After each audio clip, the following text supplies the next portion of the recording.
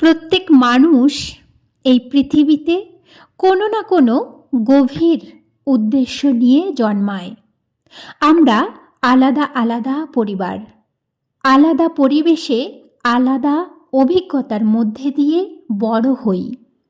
কিন্তু ভেতরে কোথাও একটা প্রশ্ন সবারই থাকে, আমি কে, কেন এসেছি, কি খুঁজছি? এই প্রশ্নটাই আসলে আমাদের আত্মার ডাক। আমরা অনেক সময় সাফল্য, অর্থ, সম্পর্ক, পরিচয় এসবের মধ্যে নিজেকে খুঁজতে যাই। কিন্তু যখন হঠাৎ একদিন অনুভব করি ভেতরে এক নীরব টান, এক গভীর স্থিরতা, এক অকারণ শান্তি, তখন বুঝতে শুরু করি আমরা সঠিক পথে হাঁটছি। সেই পথ কোনো নির্দিষ্ট ধর্মীয় আচরণ নয়, কোনো একমাত্র মন্ত্র নয়। সেই পথ হল চেতনার জাগরণ, শিবতত্ত্বের অনুভব। শিবতত্ত্ব মানে কোনো দূরের দেবতা নন, তিনি সেই সচেতনতা যিনি সব কিছু হয়েও কোনো কিছুতে আবদ্ধ নন। তিনি রূপের মধ্যেও আছেন, আবার রূপের অতীতেও। যখন আমরা বুঝতে পারি যে জীবনের সব ওঠানামা, সুখ দুঃখ, লাভ ক্ষতি, এসবের মধ্যেও এক স্থির সত্তা আছে, তখন আমরা সেই শিবকে চিনতে শুরু করি। তাকে জানার কোনো একটা রাস্তা নেই।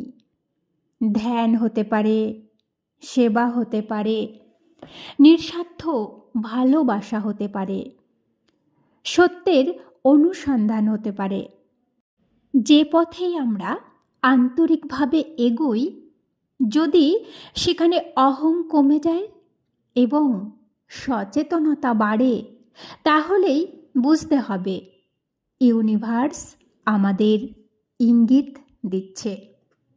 এই উপলব্ধিই জীবনের আসল লক্ষ্য, নিজের ভেতর সেই চৈতন্যকে চিনে নেওয়া। যখন আমরা ধীরে ধীরে বুঝি আমরা শুধু শরীরই নই, শুধু নাম পরিচয়ই নই, তখন জন্ম মৃত্যুর ভয়ও কমে আসে। কারণ আমরা অনুভব করতে শুরু করি আমাদের আসল সত্তা পরিবর্তনের ওপর দাঁড়িয়ে আছে। হয়তো আরও সময় লাগবে, কিন্তু প্রতিটি সত্য অনুসন্ধান, প্রতিটি ভালোবাসার কাজ, প্রতিটি আত্মসমর্পণ আমাদের সেই চূড়ান্ত জ্ঞানের দিকে এগিয়ে নিয়ে যায়। শিবতত্ত্বকে জানা মানে কোনো অলৌকিক শক্তি পাওয়া নয়, মানে নিজের ভেতরের সীমাবদ্ধতা ভেঙে অসীমতার আভাস পাওয়া। যখন এই অনুভূতি জাগে, তখনই বুঝতে হবে আমরা আমাদের আত্মার উদ্দেশ্যের দিকে এগোচ্ছি। সেই যাত্রাই আসল, সেই জ্ঞানী মুক্তির সূচনা।